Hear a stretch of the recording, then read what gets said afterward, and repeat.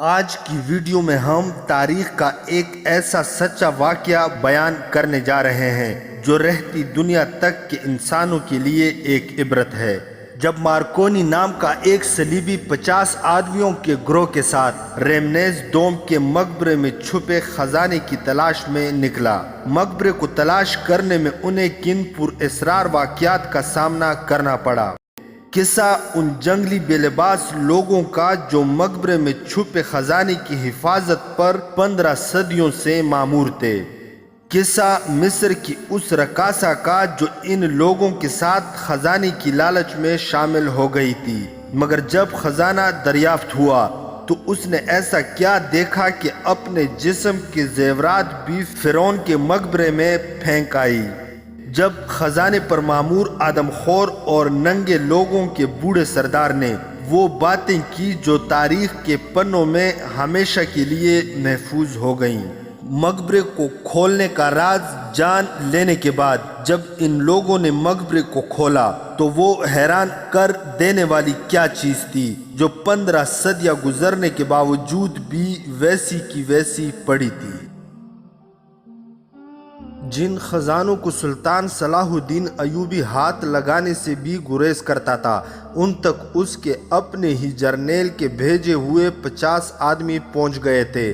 Marconi, اسماعیل، قدومی اور ایک اور صلیبی شام کو پہنچے۔ ان کے باقی ساتھی جو الگ الگ ٹولیوں میں روانہ ہوئے تھے اسی رات پہنچنا شروع ہوئے، اور آدھی رات کے بعد پورے 50 آدمی پہنچ گئے۔ جیسا کہ بیان کیا جا چکا ہے، یہ جگہ ایسی تھی جس کے قریب سے کبھی کوئی مسافر نہیں گزرا تھا۔ جگہ ڈراؤنی ہونے کے علاوہ کسی راستے پر پڑتی ہی نہیں تھی۔ یہ چونکہ سرحد سے دور تھی، اس لیے سرحدی دستوں کی نظر بھی نہیں تھی۔ مارکونی نے رات کو ہی سب کو اس خطے کے اندر پہنچا دیا تاکہ باہر سے کوئی دیکھ ہی نہ سکے، اور انہیں مکمل آرام دینے کے لیے کہا کہ وہ جتنی دیر سو سکتے ہیں سو جائیں۔ یہاں سے آگے پیدل جانا ہوگا اور یہ سفر جسم کے بجائے اعصاب کو زیادہ تھکائے گا۔ مارکونی خود قدومی کے ساتھ اپنے خیمے میں چلا گیا۔ وہ سب اس وقت جاگے جب سورج ان ٹیلوں کے اوپر آ گیا جس کے دامن میں سب سوئے ہوئے تھے۔ مارکونی نے انہیں بتایا کہ وہ کون سا سامان اور اوزار، ہتھیار وغیرہ اپنے ساتھ لیں۔ ان میں مضبوط سی کدالیں اور موٹی موٹی سلاخیں تھیں، اور ہتھیاروں میں تیر و کمان اور تلواریں۔ راستے کی مشکلات کے متعلق بھی اس نے سب کو بتایا۔ اس دیوار کے متعلق انہیں ذہنی طور پر تیار کر دیا جس سے اس کا ایک ساتھی گر کر ہمیشہ کے لیے لاپتہ ہو گیا تھا۔ اس نے انہیں رونے کی آوازوں سے بھی خبردار کر دیا جو اس علاقے میں آتی رہتی تھی۔ اونٹوں کو ساتھ نہیں لے جایا جا سکتا تھا۔ ان کی دیکھ بھال کے لیے اس نے صرف ایک آدمی پیچھے رہنے دیا۔ قدومی کو بھی وہ ساتھ نہیں لے جا سکتا تھا۔ اسے توقع تھی کہ کہیں کوئی راستہ اندر جانے کے لیے مل جائے گا اور وہ قدومی کو اسی راستے سے لے جائے گا۔ قدومی کی حفاظت کے لیے بھی ایک آدمی کی ضرورت تھی، اس لیے صرف اسماعیل موزوں آدمی تھا۔ مارکونی نے اسماعیل سے کہا، تم قدومی کے لیے یہیں رہو گے، لیکن یہ خیال رکھنا کہ تمہاری حیثیت اس لڑکی کے مقابلے میں کچھ بھی نہیں۔ اس کے آرام اور حفاظت کے تم ذمہ دار ہوگے۔ میں بہت جلدی واپس آ رہا ہوں، تم دونوں کو ساتھ لے جاؤں گا۔ وہ اپنی پارٹی کو ساتھ لے کر چل پڑا۔ اسی راستے سے وہ واقف ہو چکا تھا۔ بے خوف و خطر چلتا گیا۔ جوں یہ آدمی آگے بڑھتے جا رہے تھے ان پر خوف مسلط ہوتا جا رہا تھا۔ وہ صحراؤں سے پوری طرح واقف تھے، مگر ایسا خطہ اور اس قسم کے پہاڑ انہوں نے کبھی نہیں دیکھے تھے، اور وہ جب اس جگہ پہنچے جہاں رونے کی آوازیں آتی تھی تو سب بدک کر خلاؤں میں دیکھنے لگے۔ بلا شک و شبہ عورتیں رو رہی تھی۔ ان آدمیوں میں 2-3 ایسے بھی تھے جنہوں نے اس علاقے کے متعلق وہ تمام ڈراؤنی کہانیاں سن رکھی تھی جو بہت مدت سے مشہور تھی۔ انہوں نے اپنے صلیبی ساتھیوں کو بھی یہ کہانیاں سنا کر ڈرا دیا۔ وہ سب ڈر کی گرفت میں پہلے ہی تھے، لیکن انہیں جو انعام بتایا گیا تھا اس میں اتنی طاقت تھی جو ان کے خوف کو دبا رہی تھی۔ اس کے علاوہ وہ صلیب کے تنخواہ دار ملازم بھی تھے اور مارکونی ان کا افسر تھا۔ وہ انعام اور حکم کی پابندی کے تحت چلے جا رہے تھے۔ رونی کی آوازوں پر وہ بت کے تو مارکونی نے انہیں بتایا کہ یہ عورتیں یا عورتوں کی بدروہیں نہیں ہیں، یہ ہوا کی آوازیں ہیں۔ مگر وہ ڈرتے رہے اور ایک دوسرے کو دیکھ کر آگے ہی آگے بڑھتے گئے۔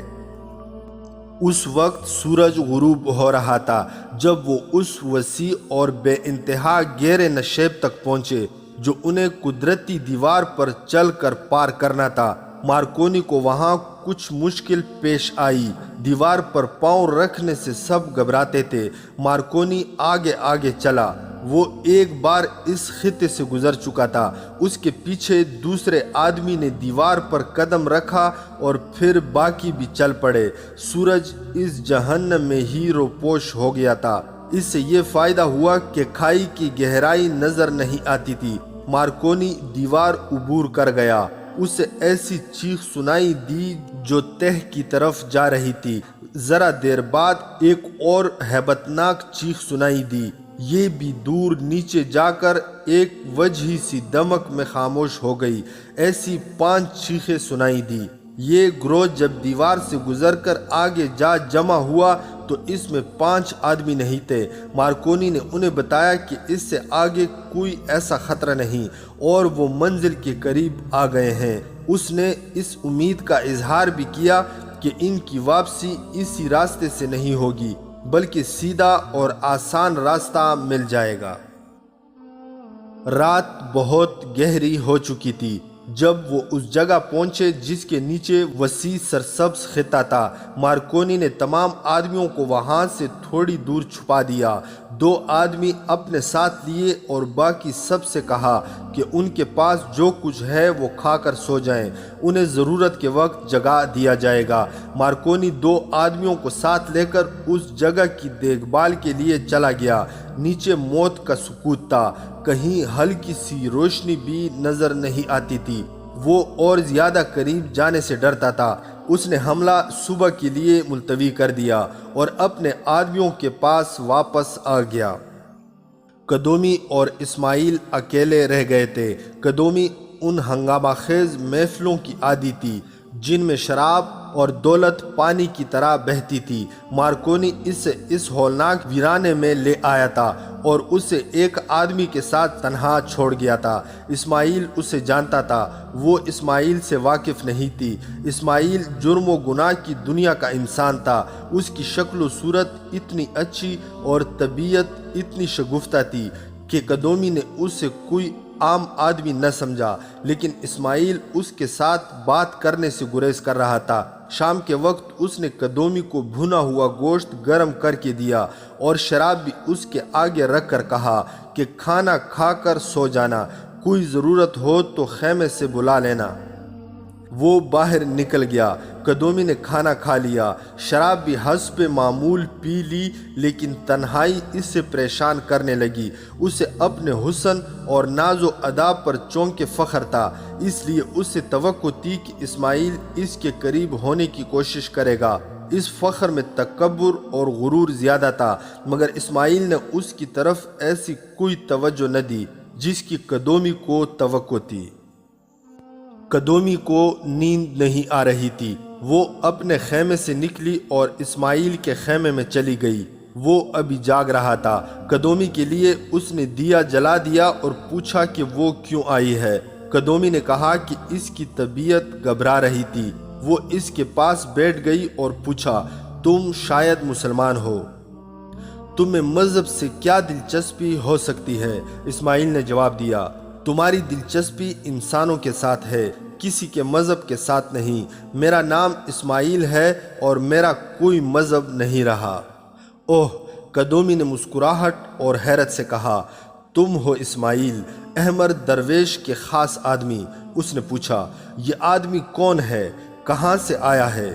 وہ مارکونی کے متعلق پوچھ رہی تھی۔ کہنے لگی، اس نے اپنا نام سلیمان سکندر بتایا ہے، لیکن یہ مسلمان معلوم نہیں ہوتا۔ یہ مصری بھی نہیں، اسماعیل نے کہا، اور یہ سوڈانی بھی نہیں، اور سلیمان سکندر اس کا نام نہیں۔ پھر یہ کون ہے؟ قدومی نے پوچھا، اس کا اصلی نام کیا ہے؟ میں اس کا نام نہیں بتا سکتا، اسماعیل نے کہا، یہ راز چھپائے رکھنے کے لیے مجھے معاوضہ ملتا ہے۔ تمہیں اس سے کوئی دلچسپی نہیں ہونی چاہیے کہ یہ کون ہے۔ تم منہ مانگی اجرت پر اس کی تفریح طبع کے لیے آئی ہو، یہ تمہارا پیشہ ہے۔ اس نے تمہیں خزانے میں سے کچھ حصہ دینے کا وعدہ کیا ہوگا۔ وہ تو میرا حق ہے، قدومی نے کہا۔ اس نے مجھے جو اجرت دی ہے وہ اس خطرناک بیابان میں ساتھ آنے کے لیے بہت ہی تھوڑی ہے۔ میں تو خزانے میں سے حصہ لینے کے وعدے پر ساتھ آئی ہوں۔ کیا تمہیں یقین ہے کہ تمہیں وہ حصہ دے دے گا؟ اسماعیل نے پوچھا۔ اور کیا تمہیں یقین ہے کہ اس سے خزانہ مل جائے گا جس کا حصہ وصول کرنے کے لیے تم آئی ہو؟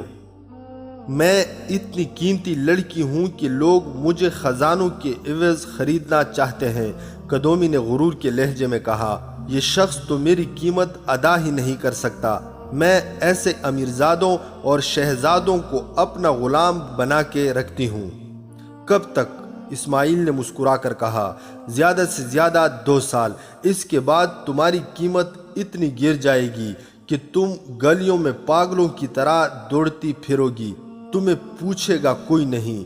جن کے پاس خزانے ہیں انہیں ایک اور قدومی مل جائے گی، تم جیسی کئی مل جائیں گی۔ سنو قدومی، اتنا غرور نہ کرو۔ کیوں نہ کروں؟ قدومی نے کہا، یہ شخص جو اپنا نام سلیمان سکندر بتاتا ہے میرے طلسم میں ایسا گرفتار ہے کہ اس نے مجھے قسمیں کھا کر کہا تھا کہ وہ صرف میرے لیے خزانے کی تلاش میں جا رہا ہے۔ وہ مجھے سکندریہ لے جائے گا جہاں ہم سمندر کے کنارے محل بنائیں گے، پھر میں رقاصہ نہیں رہوں گی۔ کیا تمہیں اس میں کچھ شک ہے؟ شک نہیں، مجھے یقین ہے کہ اس نے بہت بڑا جھوٹ بولا ہے، اسماعیل نے کہا۔ میں اپنی اجرت کے لیے اس کے ساتھ آیا ہوں۔ احمر درویش کا کہنا میرے لیے حکم کا درجہ رکھتا ہے۔ اس نے کہا کہ اس کے ساتھ جاؤ۔ میں آ گیا۔ یہ میرا پیشہ ہے۔ میں کرائے کا گنہگار ہوں۔ میں اجرت پر قتل بھی کیا کرتا ہوں مگر میں جھوٹ نہیں بولا کرتا۔ میں کبھی پکڑا ہی نہیں گیا۔ احمر درویش مجھے بچا لیتا ہے۔ مجھ میں دوسری خوبی یا خرابی یہ ہے کہ میں عورت کا احترام کرتا ہوں۔ مجھے معلوم نہیں میں ایسا کیوں کرتا ہوں۔ عورت پردادار ہو یا عصمت فروش، میں اس کی عزت کرتا ہوں۔ میں عورت کو دھوکہ نہیں دے سکتا۔ میں تمہیں بھی دھوکے میں نہیں رکھوں گا۔ میں تمہیں یہ بتا دینا اپنا اخلاقی فرض سمجھتا ہوں کہ یہ خزانہ تمہارے لیے محل تعمیر کرنے کے لیے نہیں نکالا جا رہا، یہ مصر کی جڑیں کاٹنے کے لیے استعمال ہوگا۔ یہاں صلیبی حکومت قائم کی جائے گی، مسجدوں کو گرجے بنایا جائے گا، اور اگر ایسا نہ ہوا تو یہ خزانہ مصر سے باہر چلا جائے گا۔ مجھے معلوم ہے تمہیں مصر کے ساتھ کوئی دلچسپی نہیں، مجھے بھی نہیں۔ ہم دونوں پیشاور ہیں، گناہ ہمارا پیشہ ہے۔ میں تمہیں صرف 2 باتیں بتانا چاہتا ہوں جو بتا چکا ہوں، ایک بار پھر سن لو۔ تمہارے حسن اور جوانی کی عمر بہت تھوڑی رہ گئی ہے۔ دوسری بات یہ کہ تمہیں یہ شخص اپنے ساتھ تفریح اور عیاشی کے لیے لایا ہے۔ اس کی نظر میں تم ایک طوائف ہو۔ اگر اس نے تم پر کرم کیا تو 1-2 ہیرے تمہارے ہاتھ میں دے دے گا، اور اگر اس نے کسی کے لیے محل تعمیر کیا بھی تو وہ کوئی نوخیز لڑکی ہوگی، وہ تم نہیں ہوگی۔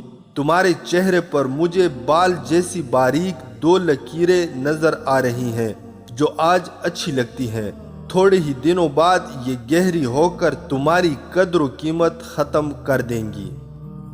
اسماعیل کے ہونٹوں پر مسکراہٹ تھی اور اس کے بولنے کا انداز ایسا تھا جس میں طنز نہیں تھی، دھوکہ فریب نہیں تھا، ایک گوشۂ اپنیت سی تھی، اور ایسی حقیقت جو قدومی نے پہلے کبھی نہیں سنی تھی۔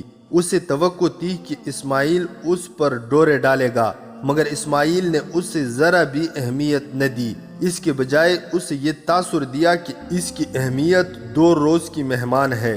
قدومی تو اپنے حسن کی تعریفیں سننے کی عادی تھی، اپنے آپ کو کلوپترا ثانی سمجھتی تھی۔ اسماعیل نے ایسا تاثر پیدا کیا جسے قدومی دھتکار نہ سکی۔ اسماعیل کا انداز ہی ایسا تھا کہ اس کا پیدا کیا ہوا تاثر اس کے دل کی گہرائیوں میں اتر گیا۔ رات گزرتی جا رہی تھی اور قدومی کی آنکھوں سے نیند غائب ہوتی جا رہی تھی۔ وہ اسماعیل کے ساتھ باتوں میں رات گزارنا چاہتی تھی، اس خواہش کو دبا نہ سکی۔ اسماعیل نے اس سے مایوس نہ کیا۔ رات کا آخری پہر تھا جب قدومی کی آنکھ لگ گئی۔ اس کی آنکھ کھلی تو وہ اسماعیل کے خیمے میں تھی اور اسماعیل خیمے سے باہر کمبل میں لپٹا سویا ہوا تھا۔ قدومی نے اس سے جگایا اور کہا، میں نے خواب دیکھا ہے، عجیب سا خواب، پوری طرح یاد نہیں رہا۔ کوئی مجھے کہہ رہا تھا کہ سلیمان سکندر کے خزانے کی نسبت اسماعیل کی باتیں زیادہ قیمتی ہیں۔ وہ ہنس پڑی۔ اس کی ہنسی میں رقاصہ کا تزا نہیں، ایک معصوم لڑکی کی سادگی تھی۔ سورج نکلنے میں ابھی کچھ دیر باقی تھی۔ مارکونی اپنے آدمیوں کو اس سرسبز نشیب کے اوپر اپنی اسکیم کے مطابق موزوں جگہوں پر چھپا چکا تھا۔ صبح روشن ہوئی تو نیچے ننگے آدمی اور عورتیں نظر آنے لگی۔ مارکونی نے اپنے ایک دلیر اور نڈر آدمی کو نیچے جانے کے لیے تیار کر رکھا تھا، اسی ڈھلان سے جس سے اس کا ایک ساتھی لڑک کر نیچے جا گرا اور اس پر اسرار قبیلے کی ضیافت بن گیا تھا۔ مارکونی نے اپنے اس آدمی کو نیچے لڑک جانے کو کہا۔ وہ ڈھلان کے اوپر بیٹھا اور نیچے سرک گیا۔ کچھ آگے جا کر وہ کلابازیاں کھانے لگا اور زمین پر جا پڑا۔ وہ اٹھ کر چل پڑا۔ 3-4 ننگے آدم خوروں نے اسے دیکھ لیا اور اسے پکڑنے کے لیے دوڑے۔ وہ خوشی سے چلا رہے تھے۔ وہ جب اس آدمی کے قریب آئے تو اوپر سے 4 تیر نکلے اور ان کے سینوں میں اتر گئے۔ ادھر سے 2 اور ننگے مرد دوڑے آئے، وہ بھی تیروں کا نشانہ بن گئے۔ مارکونی نے اوپر ایک چٹان کے ساتھ رسا بندھوا دیا تھا جسے اس نے ڈھلان سے نیچے پھینک کر اپنے آدمیوں سے کہا کہ اسے پکڑ کر سب ایک دوسرے کے پیچھے نیچے اتر جائیں۔ سب نیچے چلے گئے۔ مارکونی نے اوپر سے رسا کھول کر نیچے پھینک دیا اور ڈھلان سے لڑکتا ہوا نیچے چلا گیا۔ یہ سارا گروہ تلواریں نکال کر آگے کو دوڑ پڑا۔ چند اور ننگے مرد سامنے آئے، انہیں بھی کاٹ دیا گیا۔ جو ذرا دور تھے وہ الٹے پاؤں بھاگے۔ نیچے سے سرسبز علاقے کے کئی ایک حصے تھے۔ مارکونی نے دیکھا کہ بھاگنے والے ایک حصے میں چلے گئے تھے۔ وہ ان کے پیچھے گیا۔ اسے ان آدمیوں کا واویلا سنائی دے رہا تھا۔ ان کی چیخ و پکار پر وہ ان کے تعاقب میں گیا۔ اس کے باقی آدمی خون خرابہ کر رہے تھے۔ وہ خود ان 2 آدمیوں کے تعاقب میں رہا۔ تھوڑی ہی دور اس سے آدمی نظر آ گئے۔ وہ اب 2 نہیں 3 تھے۔ تینوں ایک چٹان پر چڑھ رہے تھے۔ مارکونی نے ان کے پیچھے دوڑتے کچھ فاصلہ رکھا۔ وہ تینوں چٹان کی دوسری طرف اتر گئے۔ وہ بھی چٹان پر چڑھ گیا۔ دوسری طرف اس سے سیاہ پہاڑی کا دامن نظر آیا۔ وہاں ایک غار کا دہانہ تھا جس میں سے جھک کر گزرا جا سکتا تھا۔ مارکونی اس غار میں چلا گیا۔ اس نے تلوار ہاتھ میں لے رکھی تھی۔ اندر سے غار کھلتا جا رہا تھا۔ اسے اس میں کسی کے دوڑنے کی ہلکی ہلکی آہٹ سنائی دے رہی تھی۔ وہ دوڑتا گیا۔ یہ غار نہیں سرنگ تھی جو معلوم نہیں قدرتی تھی یا فرعون ریمنیس نے مرنے سے پہلے بنوائی تھی۔ سرنگ کے کئی موڑ تھے اور اندر گھپ اندھیرا۔ اسے بولنے کی آوازیں بھی سنائی دی۔ وہ دوڑتا گیا اور اس سے دور سامنے روشنی کا ایک گولا نظر آیا۔ اس میں اس سے 3 آدمی دوڑتے دکھائی دیے۔ وہ غار کا دوسرا دہانہ تھا۔ وہ انہیں قتل نہیں کرنا چاہتا تھا۔ اس کی اسکیم کامیاب ہو رہی تھی۔ وہ تینوں غار سے نکل گئے۔ وہ بھی غار سے نکل گیا۔ تینوں میں ایک آدمی گر پڑا۔ مارکونی نے جا کر دیکھا۔ یہ وہی بوڑھا تھا جس نے اس سے اس روز دیکھا تھا، جس روز اس کا ساتھی نیچے گر پڑا اور آدم خوروں کے ہاتھوں مارا گیا تھا۔ وہ بہت ہی بوڑھا تھا، زیادہ دوڑ نہیں سکتا تھا۔ غار سے باہر ریتیلے اور پتھریلے ٹیلے اور چٹانیں تھی۔ ایک طرف سیاہ پہاڑ دور اوپر تک چلا گیا تھا۔ مارکونی نے بوڑھے کو سہارا دے کر اٹھایا اور اس کے بھاگتے ہوئے دو آدمیوں کی طرف اشارہ کر کے اشاروں میں اسے سمجھایا کہ ان آدمیوں کو واپس بلاؤ۔ بوڑھے نے انہیں پکارا، وہ رکے تو انہیں اپنی طرف بلایا۔ اس نے مارکونی کے ساتھ مصری زبان میں بات کرتے ہوئے کہا، میں تمہاری زبان بولتا اور سمجھتا ہوں، مجھے قتل کر کے تمہیں کچھ حاصل نہ ہوگا۔ مارکونی بھی مصری زبان بولتا اور سمجھتا تھا۔ اس نے بوڑھے سے کہا، میں تمہیں قتل کرنا نہیں چاہتا، تمہارے ان آدمیوں کو بھی قتل نہیں کروں گا، مجھے باہر جانے کا راستہ بتا دو۔ کیا تم یہاں سے نکلنا چاہتے ہو؟ بوڑھے نے پوچھا۔ ہاں، مارکونی نے جواب دیا، میں تمہاری بادشاہی سے نکل جانا چاہتا ہوں۔ بوڑھے نے اپنے آدمیوں سے کچھ کہا، وہ دونوں بہت ہی ڈرے ہوئے تھے۔ بوڑھے نے مارکونی سے کہا، ان کے ساتھ جاؤ، یہ تمہیں سیدھے راستے پر ڈال دیں گے۔ تم بھی ساتھ چلو، مارکونی نے کہا، یہ دونوں مجھے غلط راستے پر ڈال دیں گے۔ بوڑھا ساتھ چل پڑا۔ وہ دو ٹیلوں کے درمیان سے گزرے، ایک ٹیلے کے اوپر گئے اور ایسی ہی کچھ بول بلیوں میں سے گزر کر وہ کھلے صحرا میں پہنچ گئے۔ مارکونی نے دیکھا کہ کسی کے وہم و گمان میں بھی نہیں آ سکتا تھا کہ یہاں کوئی راستہ ہے جو اندر کی پر اسرار دنیا میں لے جاتا ہے۔ بوڑھے نے اس سے کہا، تم اب چلے جاؤ ورنہ خدا کا قہر تمہیں بھسم کر دے گا۔ مارکونی نے تینوں کو ساتھ لیا اور یہ کہہ کر اپنے ساتھ واپس لے گیا کہ وہ اپنے آدمیوں کو بھی باہر لائے گا۔ مارکونی کے ہاتھ میں ننگی تلوار تھی جس سے وہ تینوں ڈر رہے تھے۔ وہ اس کے ساتھ واپس چل پڑے۔ مارکونی نے راستہ اور اس کے موڑ اچھی طرح دیکھ لیے۔ پھر وہ غار کے دہانے میں داخل ہوئے اور اس میں گزرتے سرسبز دنیا میں پہنچ گئے۔ بوڑھا اسے اس جگہ لے گیا جہاں مارکونی کے ساتھی کو آگ پر بھون کر کھایا گیا تھا۔ مارکونی کے ساتھی اسے ڈھونڈ رہے تھے۔ کئی ایک ننگی لاشیں پڑی تھی، بچوں کو بھی قتل کر دیا گیا تھا۔ بوڑھے نے یہ قتل عام شاید پہلے نہیں دیکھا تھا۔ وہ رک گیا اور بڑے تحمل سے مارکونی سے پوچھا، ان بے گناہوں کو کاٹ کر تم نے کیا پایا؟ اور تم ہمارے آدمی کو بھون کر کھا گئے تھے۔ مارکونی نے پوچھا، اس نے تمہارا کیا بگاڑا تھا؟ وہ گنہگار دنیا کا انسان تھا۔ بوڑھے نے کہا، اس نے ہماری مقدس سلطنت میں آ کر اس سے ناپاک کر دیا تھا۔ تم لوگ یہاں کیوں رہتے ہو؟ مارکونی نے پوچھا۔ فرعون ریمز دوم کا مدفن کہاں ہے؟ میں ان دونوں سوالوں کا جواب نہیں دوں گا، بوڑھے نے جواب دیا۔ مارکونی نے اپنے آدمیوں سے کہا کہ ان کی عورتوں کو لے آؤ۔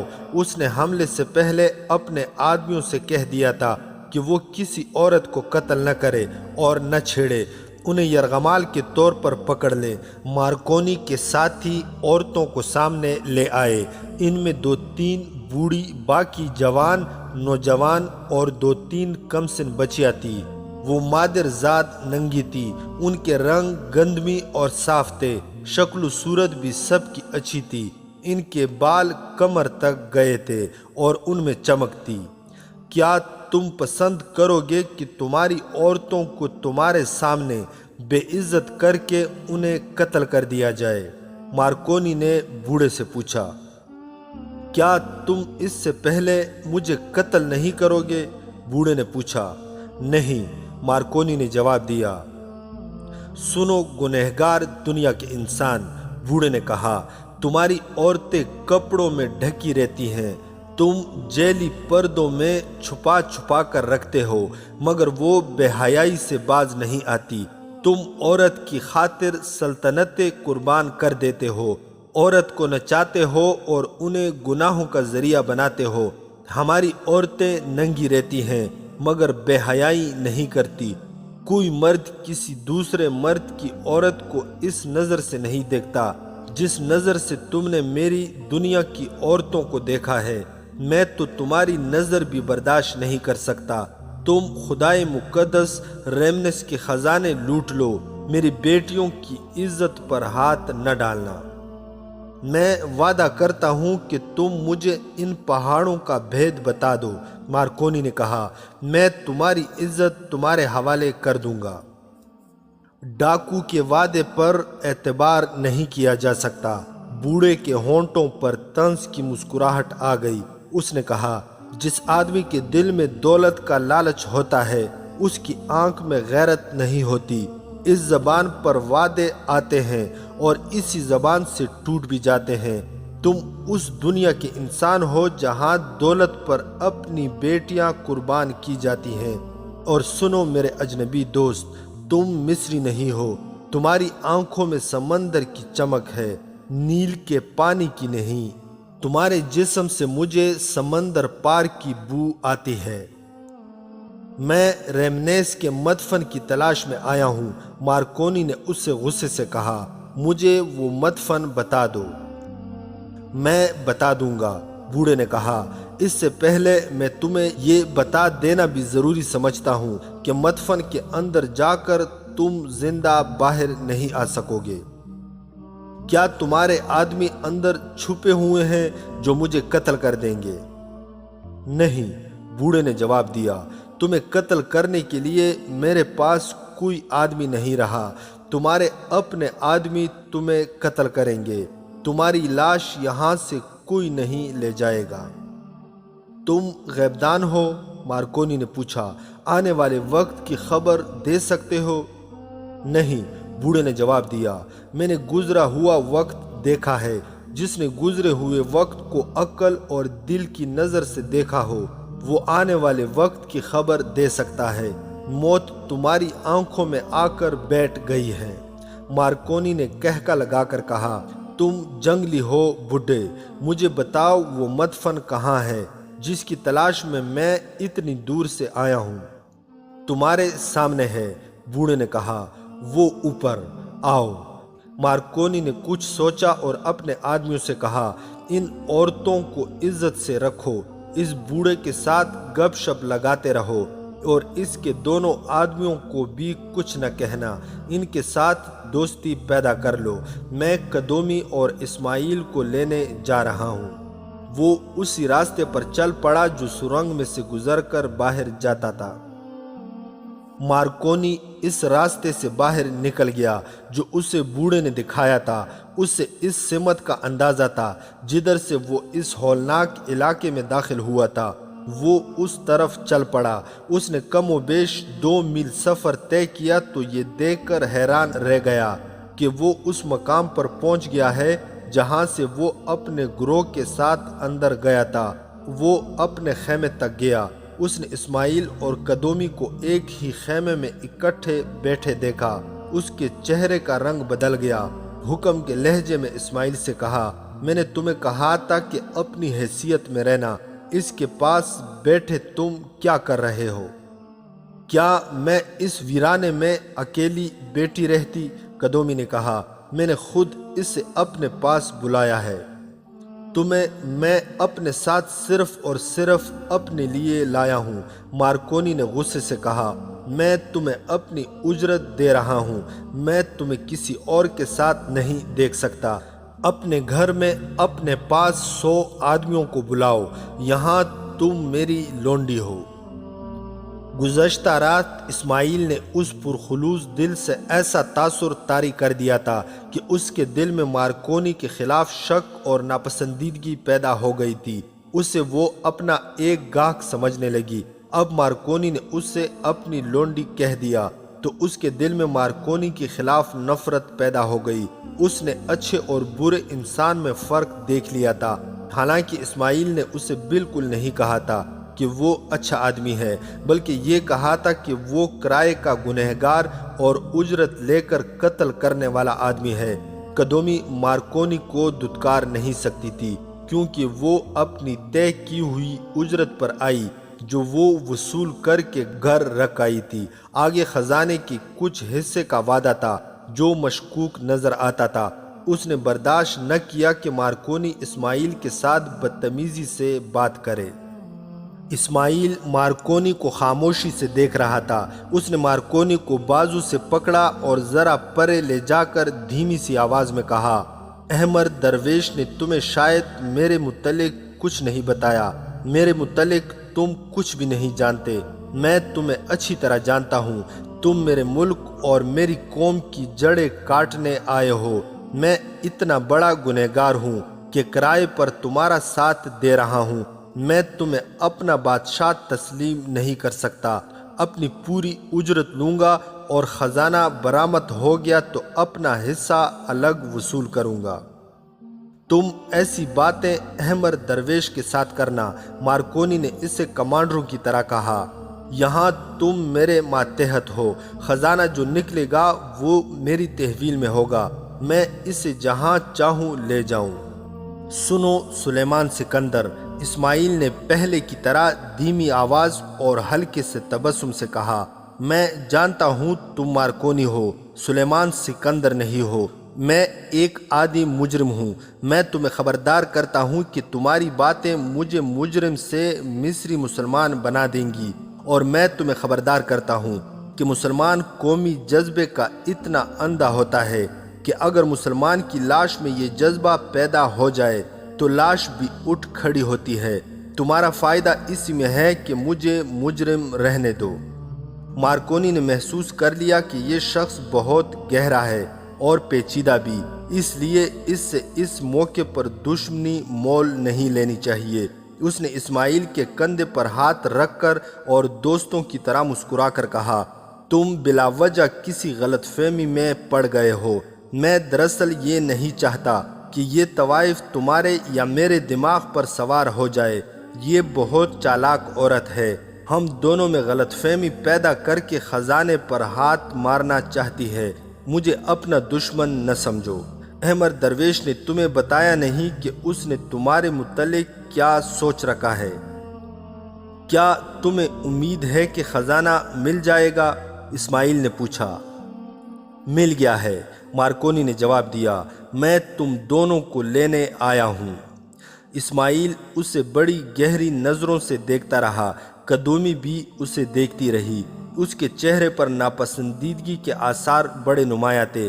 مارکونی نے اس آدمی کو آواز دی جسے وہ اونٹوں کی دیکھ بھال کے لیے چھوڑ گیا تھا۔ اسے کہا کہ وہ اونٹوں کو ایک دوسرے کے پیچھے باندھ کر لے آئے۔ خیمے بھی لپیٹ لیے گئے۔ مارکونی انہیں وہاں لے گیا جہاں اس کے دوسرے آدمی تھے اور جہاں فرعون ریمنس کا خفیہ مدفن تھا۔ قدومی نے ایسی سرسبز جگہ دیکھی تو بہت حیران ہوئی۔ ایک اونچی پہاڑی کے دامن میں ننھی سی جھیل تھی۔ پہاڑی کے نیچے سے پانی پھوٹتا تھا۔ یہ قدرت کا کرشمہ تھا۔ مارکونی ننگے قبیلے کے بوڑھے سردار کے پاس چلا گیا۔ اسے مدفن کا سراغ لگانا تھا۔ قدومی اسماعیل کے ساتھ ادھر ادھر ٹہلنے لگی۔ اسے ایک چھوٹے سے بچی کی لاش پڑی دکھائی دی۔